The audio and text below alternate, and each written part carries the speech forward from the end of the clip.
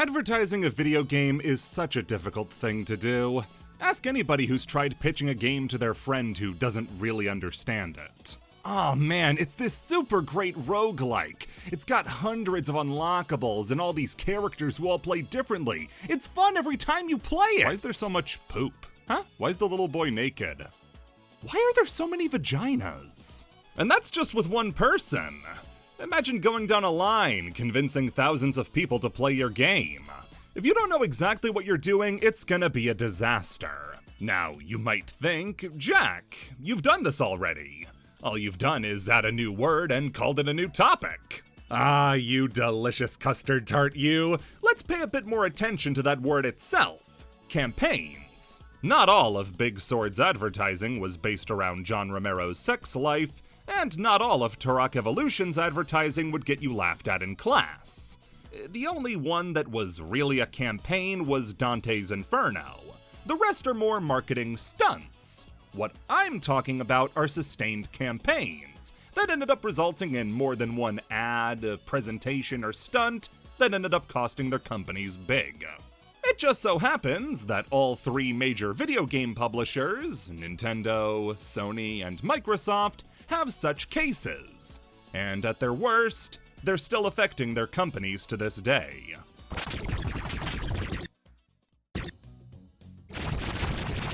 First up to bat is Nintendo. Nintendo having the longest history in the gaming space out of the three big publishers meant it had the longest time to establish what a Nintendo ad looks like. As well, they've also had to do the most trial and error to see what works and what doesn't. And they haven't always nailed it. The Wii U is the most famous modern example, as we got to witness firsthand that Nintendo didn't have a clue what they were doing. Why should I buy a Wii U? The Wii U is a family console with games on it. Nintendo had to make the best-selling console in the past 20 years to make up for the Double Yoshi Exploshi. These ads might be bad, but they're recognizably Nintendo bad. Nintendo, when it's all going wrong, is outdated and uncool in the worst way, having no idea what people want. However, it can be worse. Much worse, in fact. And that's when Nintendo's trying too hard to be current and hip. Nintendo's advertising efforts for the NES range from timeless to harmlessly goofy. They could fail, but at least when they failed, it was authentic. Eventually, though, Nintendo would have to change everything when Sega came in with the biggest bomb they'd ever been hit with. A really good catchphrase. Genesis Does. Genesis Does. Genesis Does. Genesis Does. Genesis does. What Nintendo? Sega's first major console attacked Nintendo in a way that had never landed before, putting themselves in direct competition with the biggest gaming company in the world and saying, "You suck, buddy!" The phrase itself, Genesis does what Nintendo don't, is the perfect bit of wordplay, and came with a jingle that would get stuck in your head for days. It was a campaign with a direct, clear, and concise message that came across in every ad. Nintendo was for babies. Sega was where the big boys played. Sega had the hardware to combat Nintendo, and what's more, they had an attitude that was completely distinct from Nintendo's. Sonic was cooler than Mario. Games like Shinobi and Altered Beast were cooler looking than what Nintendo had. They had the cooler versions of games that Nintendo also had, like Mortal Kombat and Aladdin. Did that make these games better? That's up for debate. A debate I don't want to have because I hate losing. Sega focusing on being cooler than Nintendo is a huge part of how it got its foothold in the industry. And if Nintendo wanted to beat back the oncoming threat, they had to change something fast. The Nintendo Play It Loud campaign. Nintendo's answer to Sega's efforts, and as it turns out, wrong answer! Play It Loud as a campaign lasted for a majority of the SNES and Game Boy's life cycle, featuring Nintendo trying as hard as it could to be edgy, cool, and with it. The Play It Loud campaign of commercials and ads saw them pull back focus from the games they were selling and put all of their focus on the feeling of the times. You would kinda get why you were supposed to buy the game, but only through the medium of farts. Now, it's not like Nintendo was unique in this. These ads are absolutely products of their time. In the 90s, this wasn't unique. But it also wasn't good. Many of these ads, regardless of your tolerance for the early 90s style, just aren't good ads. They fall into the common trappings of bad ads, where the ad itself is more memorable than the product. And so you only remember how it was advertised, but not what they were advertising. Which will you remember more, Tetris 2 or the first time you watched a man die? The most infamous ad of the Play It Loud campaign has to be the Yoshi's Island one, which is one of the worst game ads you'll ever see, if not worst ads in general. To advertise the game, they focused on how much content there was. They said that if all the levels in Yoshi's Island were food, and you were a fat guy eating food, if you tried eating all the levels in Yoshi's Island, you would die. Watching this guy stuff his face sloppy style with all these gross gurgling sound effects playing until he sprays his guts all over the restaurant is just disgusting. And you want to know the funny part? Only 12 seconds of this 30-second ad are Yoshi's Island footage. A third of the ad is showing you the game they want you to buy, and the rest is watching a fat man eat. This became the norm for Nintendo during the era. Ads would focus less and less on the game and more on these skits that could sometimes land, but almost always felt interchangeable. Is this an ad for Mario or Gushers? It doesn't matter. Nintendo also tried to change their brand image to be less kiddie, but without changing the games they were putting out, it made it feel inauthentic. Since the Play It Loud campaign was an entirely American effort, they were kinda screwed over when it came to what they had to work with, applying this style of advertising to games where it didn't work at all. Yo, you f***ing bitch! You wanna play some Uniracers? The worst one of these has gotta be the Killer Instinct commercial, where the whole hook is that they're swearing in a Nintendo ad. Holy... Same graphics, same moves. It looks like the arcade, man. Arcade, man. This feels goofy even by the standards of the time.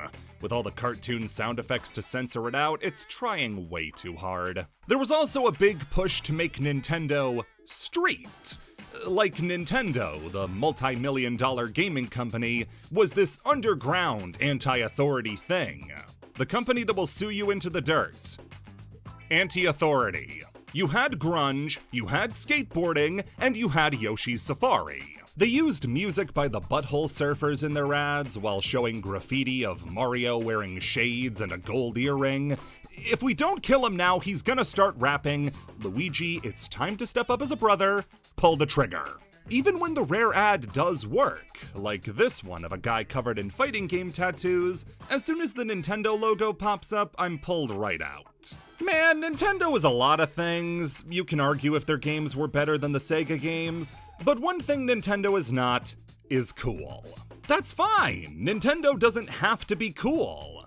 But by trying to be as cool as Sega, it showed off how lame they could be. Ironically, Nintendo just did what Sega was doing, but did it worse. Sega put itself in direct comparison to Nintendo and managed to pull it off. Meanwhile, Nintendo put itself in direct comparison with Sega, and the difference couldn't be more obvious. If you want maybe the only example of this advertising tactic working, that was on their original Donkey Kong Country commercials. These had the edge Nintendo wanted, but way more importantly, it played into the strength Nintendo had on their side. They talked up how good the game looked while also putting down Sega, saying this was possible without any of the add-ons that were choking the Genesis. You just had to plug it in and play the best-looking game on the market. There were no skits. It was a majority gameplay. This is everything an ad campaign could have been. But now, what if instead Kirby killed people? I'm sure we're all familiar with the fun fact that whenever Kirby games come to America, they alter the box art to make Kirby look angrier compared to Japanese Kirby.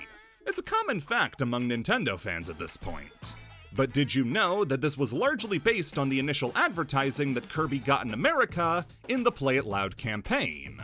Looking back at the ads put out for the first few Kirby games, like Dreamland, Adventure, and Superstar, they tried to show that Kirby fucked. Kirby f***ed often, and Kirby f***ed with the door open. Instead of banking on the simplicity and cuteness of Kirby, they went in the opposite direction and showed him getting into bar fights, getting arrested. Maybe that's why Kirby hates being in America so much. They treat him like a criminal. Uniracers might have been bad, but this really shows what the problem with Nintendo of all companies trying to advertise like this was. It's Kirby! He's a marshmallow who eats stuff. It might not have been cool, but how many people were buying Kirby games based on how much ass he kicked? If you want to talk about games done zero favors by Nintendo's terrible ads, though, there's no one who got it worse than Earthbound. We all love Earthbound! By which I mean if you've played an indie RPG in the past 10 years, you love Earthbound. It's the definition of a cult classic. A game that went largely under the radar when it came out, only to be rediscovered and appreciated as a phenomenal game. Except to become a cult classic, you gotta fail first. And oh, did Earthbound fail? 140,000 units sold wasn't much compared to Donkey Kong Country's or Link to the Past's million units. Why did it fail? Well, a lot was working against it, really.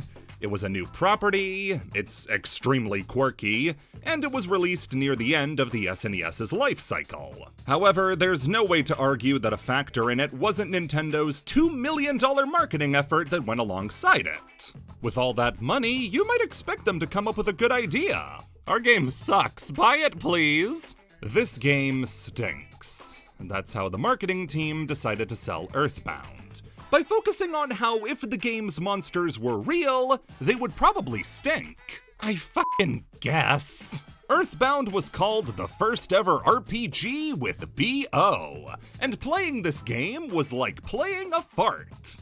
That's great, thank you. A key part of the branding for Earthbound in print ads was scratch and sniff. Scratch the monster, smell what it smelled like. Oh, shit! The scratch and sniffs often used scents like old meat, burnt fur, and cologne to represent the monsters, all of which intentionally smelled really, really bad. They even included some cards like this in the strategy guide for the game, which came with the game. I get it. Earthbound's earnest and wacky charm was going to be hard to market, but this was such a misguided attempt, it's no wonder people didn't want to play it. After the Play It Loud campaign ended, Nintendo was able to swing back with the N64 ads, which are generally pretty good.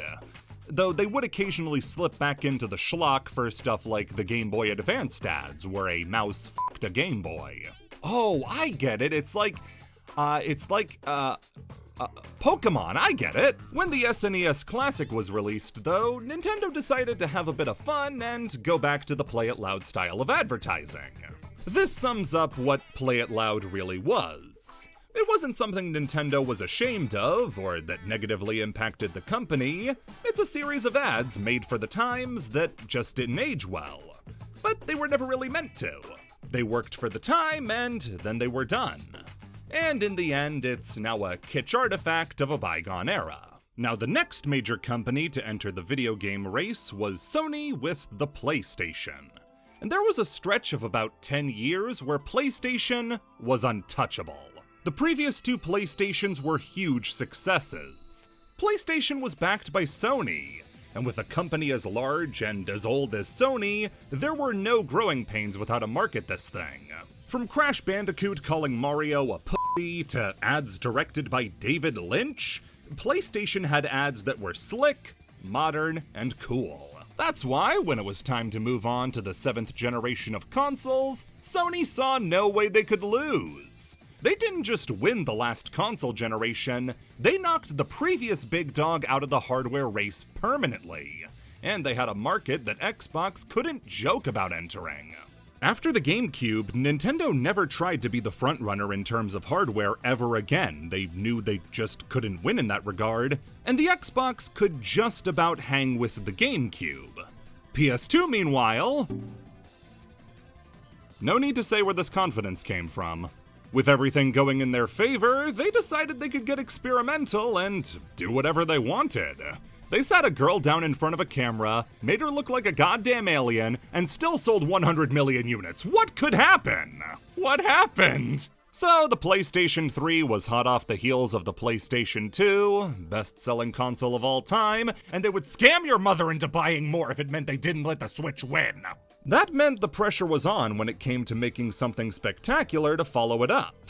Because if it didn't meet standards, people would just keep playing the PS2. In 2006, at E3, Sony would unveil the new console and fans were mortified. The thing had backwards compatibility and could play Blu-ray discs, sure, but was it twice as good as the PS2? They priced it that way, so it damn sure better have been. You were getting a lot more for your money, but how much of it did you really need? 4 USB drives? A flash card player? And if you thought you could make do with just buying the $400 PS3, you better have been happy without HDMI or wireless internet. Here are some RCA cables to hang yourself. Plenty of games were revealed, like the stupid fucking Crab Weak Spot game, but that's pretty much all it got. PlayStation 3 has no games was a phrase for a reason. Thanks to the cell processor setup that Sony was pushing being super hard to develop for, loads of games would skip a PS3 version, and those that didn't would often run much worse than they would on PC or Xbox. What should have been a slam dunk for Sony was turning into a nightmare fast, as they had screwed up the reveal of the PS3 so badly, people were wondering if they were out of the race before a race even began. But it could be saved. All that had to be done was they had to market the hell out of it and do it smartly. Fluff up the positives, downplay the negatives, and maybe we can all go home tonight. Oh man, I thought you said, show a baby hell. The early PlayStation 3 ads are some of the first that come to mind when people think of bad video game ads. These things were, at best, weird. Having a PlayStation 3 floating in a room and some objects interacting with it. See, just describing the format and I already sound stupid. They would have the PlayStation 3 solve a Rubik's Cube to prove how good the processor was, or make it crack eggs to show that it had motion controls. Of course, the most infamous of these ads was the baby. This creepy baby doll watching a PS3, laughing, crying, shaking all over the place. And that's the ad! Now, the other two were at least pretending that they were selling features of the PS3. Like, oh, it's so smart it can solve a Rubik's Cube. Or it has motion controls, which can crack an egg. But the baby one has no express purpose or feature it's selling. I don't mean that I can't understand what it's saying, it has no express purpose. Peter Dill, vice president of marketing for Sony when the ad was released, stated that the ad was meant to act as a Rorschach test, being vague enough that whoever saw it could draw the conclusions from it they wanted. There was a lot of discussion about being provocative for provocativeness' sake. It was an ad that was not intended to convey everything you need to know about a PS3, but just get people talking. This whole stance was a walk back from an earlier interview with Peter, where he very clearly outlined what the ad was about and what it meant. Emotion is a big part of the category. The whole thing behind it was, look at this wide variety of emotions the PlayStation 3 can elicit. The other theme we're setting up is that the power of the PlayStation 3 is so awesome that anything placed in close proximity is witness to this awesome power. So this baby doll is whipsawed through a gut-wrenching range of emotions, from laughing and crying to reverse crying. This ad campaign would end up costing Sony over $150 million, and accomplished nothing but taking a product people weren't confident in and sapping even more consumer trust from it. These ads were avant-garde and meant to feel expensive, but they came off as pretentious, confusing, and with the baby ad especially, scary. The PlayStation 3 wasn't a product with enough goodwill to pull something like this off. The PlayStation 2 asks you to buy a PlayStation 9, people said, well goddamn, it's gotta be a good idea. PlayStation 3, though, was fighting an uphill battle with people after that disastrous press conference, which is probably why none of these ads ever mention how much a PS3 is going to cost. Sony, though, was extremely confident that this would get people talking about the PlayStation, and took out ad space during Game 4 of the 2006 World Series to show off the baby ad. I've seen people argue that since this ad is memorable and we're still talking about it today, that means it works and it was a good ad, but I have to disagree. We still talk about it, sure, but what are we talking about? We're not saying, wow, that was really the ad that sold me on a PS3. We're all saying, what the hell was up with the PS3 baby ad? Like I said, ads are at their worst when the ad is more memorable than the product it's selling. And in this case, yeah, that's undoubtedly what happened. If the PlayStation 3 was all they had to deal with, though, that would be one thing. But they also had another console out at the same time, the PlayStation Portable. The PSP commercials when the console was just starting emphasized what the PSP did best. It was a weaker, portable PlayStation 2 that could play games, movies, music, and connect to the internet. This was the easiest sell in the world. Sony chose to market the PSP with these strange charcoal animations, with each one having a different animal talking about how portable the PSP was. You know how the PlayStation 2 is like a nut? What the hell did you just say to me? Well, the PSP is like a nut, except you can take it outside. You'd have mice saying the PSP was cheese you could listen to outside, dust bunnies saying PSP was carpet you could watch outside. Really, it was the same ad over and over again, they just changed one or two words in the script. You probably only know about the squirrel one, but did you know that Sony actually ran with these guys as the mascot of the PSP for a while? They made loads of ads starring all the characters in these commercials, talking about the PSP and the way only the early 2000s could put it. Man, these graphics are nuts! Yeah, they got more flavor than a pistachio. No doubt. I'd whip you head to head. What? Squirrel, please. Hey, hold on a second, man. I don't want to smoosh your new love that you love better than ladies, but are you gonna hold all that photos, downloads, music on your PSP? That's just crazy. You think Daxter has a sister? Yeah, I bet she's smoking like chestnuts on an open fire. Yo, I'd hit that. I'd hit that. I'd hit that. I'd hit that. I'd hit that. Daxter for PSP, I'd hit that. Sir, the PSP sales are massively underperforming this quarter. What should we do? We have to fuck the PSP. The exaggerated accents and art styles of the commercials feel like an attempt to emulate early Flash animation, and try to get people to see the PSP as cool and hip. But just like with Play It Loud, people can see through fake coolness really easily. Give one thing to Nintendo, though, their attempts to look cool were misguided dad lame. The PSP's attempts to be cool were corporate lame. They would do much more viral marketing as a part of the PSP's ads, including going to real graffiti hotspots around San Francisco and New York, and putting up these pieces that featured PSPs and Helmet from Psychopomp. This ad was so poorly received it actually crossed the aisle between local governments and graffiti artists, with the governments hating it because it was graffiti, and the artists hating it because it was corporate and used neighborhoods as advertising.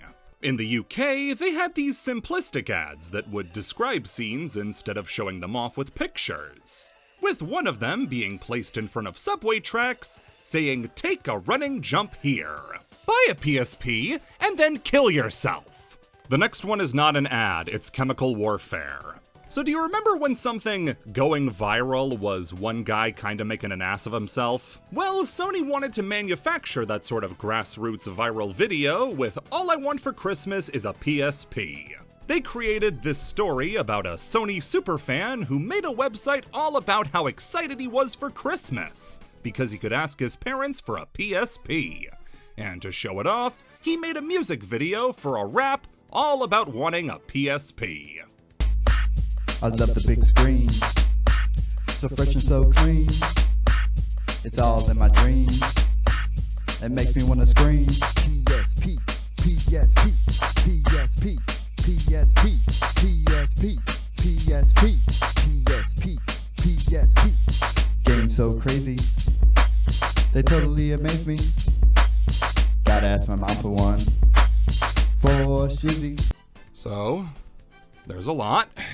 He's got enough cash for a money spread, but is still talking about how he needs to ask his parents for a PSP for Christmas?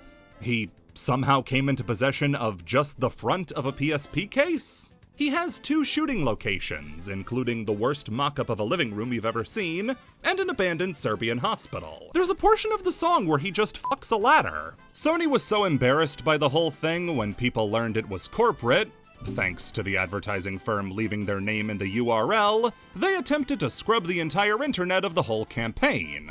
Only to learn you can't really do that. So why was Sony making all these mistakes? Why was their ad output so bad this generation? Well, I have to speculate just a little here, but I think I have a good explanation. Sony got cocky. The PS2 made them top dogs in the industry. They had killed off Sega, put Nintendo in their place, and Xbox bounced off of them like they were bulletproof. When it came to pricing the PS3, we can charge whatever we want. We made the PS2. We can show a squirrel fucking Dexter and they'll still buy it. We made the PS2. When Sony reported a $2 billion loss following the year of the PS3's launch, it was a wake-up call that they couldn't get away with anything and the company was thrown into a massive spiral. From here, Sony would undergo the now famous PS3 renaissance, ending the generation in a way that wouldn't let you know that they started it in the worst place possible. On the hardware front, they trimmed a lot of the chaff that wasn't really necessary for the console, and with the decreasing price of processors, they were able to bump the price down to what it should have always been, $299. To coincide with the price drop, they would also roll out a brand new series of ads featuring Kevin Butler, a fictional employee who would big up all the best features of the PlayStation in some pretty good ads. These were a total reversal of their previous efforts and worked great. They were funny, to the point, and had a consistent voice and face thanks to Kevin. Kevin Butler would become something of a PlayStation mascot at the time, and would go on to star in about 40 ads for the PlayStation. Even though it might seem like just an advertising campaign, it's not unreasonable to say that he was a huge part of the PlayStation's late generation renaissance. Where the hell was he in PlayStation All-Stars? Now with Nintendo and Sony handled, that leaves just one major company left, and it's the one whose marketing woes hit them the hardest. As Sony floundered in the early days of the 7th generation, Xbox took the opening at the top with the 360, being far and away the best-selling Microsoft console of all time. Top, in this case, is relative because the Wii beat both of them comfortably by at least 20 million units, but it's rude to include them, they had grandparents on their side. The 360 had every advantage going for it. They had the hardcore market with games like Halo, Gears of War, and for a time, Mass Effect, while also bringing in the casual crowd, with Forza and various sports games. I know Madden was on both Xbox and PS3, but there's like this mental block in my head that I can't visualize a PS3 version of Madden. For me, the Madden player base will always predominantly be Xbox.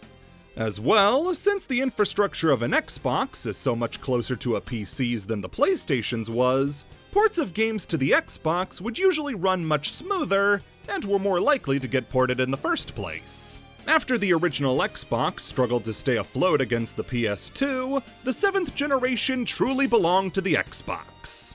At least until the end when Sony got their groove back thanks to Big Kev, and Microsoft started to get a bit distracted. See, Xbox had caught wind of an interesting statistic, that a large amount, bordering on a majority of people who used Xbox, weren't primarily playing games on it. Yeah, the Xbox didn't just have games, it had internet browsing. It could play TV, movies, music. It was like a nut you could play with outside, indoors. This was an extremely interesting development to Microsoft, as they realized that an Xbox didn't have to just be a console that played games anymore. In fact, it didn't even need to be the primary function of the console at all. Xbox could evolve from this brand that's only recognized for its video games and become an entertainment hub. You want to watch movies? Turn on the Xbox. You want music? Xbox. TV shows, internet videos, news, Xbox, Xbox, Xbox. Microsoft had gotten the idea in their head that Xbox could essentially siege the whole living room and become the only thing short of a TV you would need for entertainment. Have you ever wondered how Xbox could screw up a name as bad as they screwed up Xbox One? Well, it's because Xbox wanted to be the one-stop shop for any sort of entertainment. The Xbox One would be revealed on May 21st, 2013. The Xbox One reveal was the worst console reveal of all time. This event, called Newcastle, is where I would consider this campaign to begin, and is where I get to play linguistics to make up for the fact that this doesn't really sound like a traditional marketing campaign. Yes, this one isn't as much dissecting bad commercials and print ads like the other two, but it's undoubtedly a campaign to market what they wanted the Xbox to be. Call it a rebranding or whatever you want, but at the end of the day, a lot of what got people mad came down to the marketing of this change. The Newcastle event focused almost entirely on the new TV functionality of the Xbox One, talking about how it could connect to the TV, how they would be making shows exclusive to the Xbox. One of the biggest features they revealed for the Halo machine was that you could look at the TV guide. A lot of the information about how this event went and how it was received by the wider Microsoft company is cataloged in Microsoft's own Power On documentary, which catalogs the history of the Xbox. This is a shockingly frank documentary for what was essentially an ad for the Xbox Series X, as they don't hold back and tell people that, yeah, we messed up the reveal really, really badly. People working inside of Xbox, like Bonnie Ross of 343 Industries, Mike Mika of Digital Eclipse, and Xbox's own ambassador, Major Nelson, were aghast at the presentation, as they had gotten gamers' hopes up for the next Xbox, and then sold them a new cable box. This wasn't just a terrible move in retrospect, but also at the time, because 3 weeks after the Newcastle event would be E3. You have the chance to reveal the console, focus solely on games, with maybe a side course about how great it will be for entertainment. Instead, they got it completely backwards, and made the whole thing about how you could watch The Price is Right, while briefly saying, oh yeah, and the new Madden is coming out. This is dog worrying if their owner is going to come home from the store marketing. Of course it is! Of course there's going to be new Madden on the Xbox! You don't have to tell us that! Like I said though, the next part of the Xbox campaign would be this big E3 reveal. And they had to get this one right because it was do or die. Sony could see Xbox was bleeding, and they were ready to rip that wound open with the reveal of the PS4.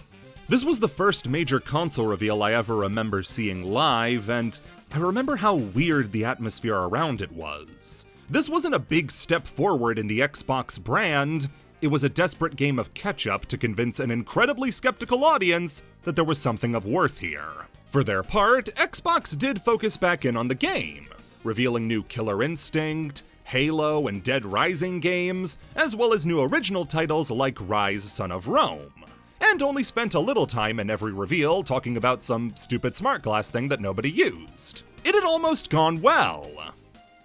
Except right at the end, they revealed the price.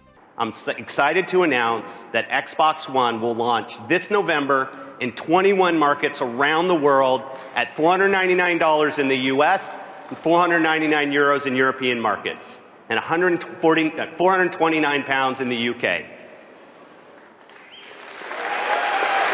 This was a massive amount for a console that so many people were still optimistically cautious about. But it's what got revealed after the show that undid any good that had been done. Nearly back to back, we learned that the Xbox One would require a constant internet connection to work, it was bundled with the Kinect by force with no way to work without it, and you weren't even allowed to share games between friends. Well, that was a good run, let's try again next company. All of Xbox's goodwill had bled out, especially after Xbox CEO Don Mattrick responded to what fans were supposed to do if they didn't want an always-online Xbox. So that, to me, is a future-proof choice, and I think people could have arguably gone the other way if we didn't do it, and fortunately we have a product for people who aren't able to get some form of connectivity. It's called Xbox 360. Right. Fans were scorned, angry, and more willing than ever to listen to what Sony had to say. This is how you share your games on PS4.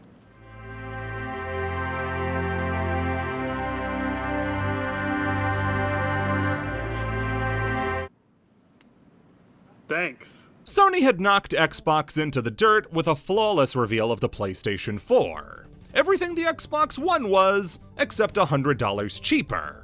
Not focusing on television, and would explicitly allow you to do things the Xbox wouldn't. Hey, we have Netflix too. It isn't that big a deal. This led into a more traditional advertising campaign, and it was a reinforcement of what everybody was hoping it wasn't. These were ads where games were not at all at the forefront. You'd have commercials with celebrities sitting on their couch, playing Xbox, but also doing something else. They'd play Titanfall, but also watch football. They'd watch soccer, but then turn on Dead Rising. It was clear that Xbox wasn't interested in just focusing on games. They didn't feel like it was enough to sell the Xbox One as a game console, they had to show you everything else it could do. This didn't really matter to either side they were selling to, though. Gamers didn't want TV, and the average consumer didn't want an Xbox. They saw it as a game console. It might be able to play TV, but I have a cable box for that. So why get an Xbox that does that, but for $500? They didn't factor in that people aren't buying an Xbox to watch Netflix. They bought an Xbox to play games, and then watched Netflix on it. Xbox wasn't their introduction to using these different features, it was a supplementary way of using the console. So then why did the usage of Netflix and other apps skyrocket towards the end of the Xbox's life cycle? The Kinect! It was the Kinect's fault! Microsoft had gone all in on it, and there were no real games published after the Kinect was released because they had focused all their attention on that. Any time or effort that would have gone into making a new original game that would have been worth playing on your Xbox that you couldn't get anywhere else was spent on Kinect Star Wars. For as high as the PS3 had gone, the Xbox had sunk just as far. Where there were new exclusives and fun, unique games for the PS3 towards the end of its life, the Xbox didn't have that. So now I have an Xbox, but I don't really want to play Kinect games, so I don't know, I guess I'll use it for Netflix. That's where this skewed metric comes from. People didn't want to use their Xboxes for just Netflix, but Microsoft didn't give them anything else to use them for. In the first year of the Xbox One's existence, I could find just one ad that focused solely on games, featuring just one Xbox exclusive game in Sunset Overdrive. Everything else was multi-platform or a re-release like the Master Chief Collection. And every other ad from the time had games put to the side to showcase football or movies, both things that do not require an Xbox.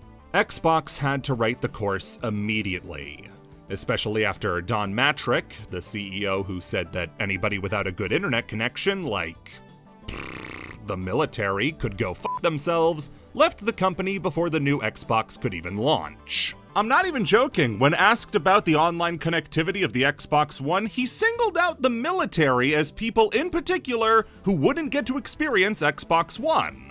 I mean, seriously, when I read the blogs and thought about who's really the most impacted, there was a person who said, hey, I'm on a nuclear sub. Right. And I don't even know what it means to be on a nuclear sub, but I've got to imagine that it's not easy to get an internet connection. Yeah, come to think of it, those people on nuclear subs have it too easy. They don't deserve Dead Rising 3. Phil Spencer was introduced as a new CEO and tried to get rid of everything that wasn't working.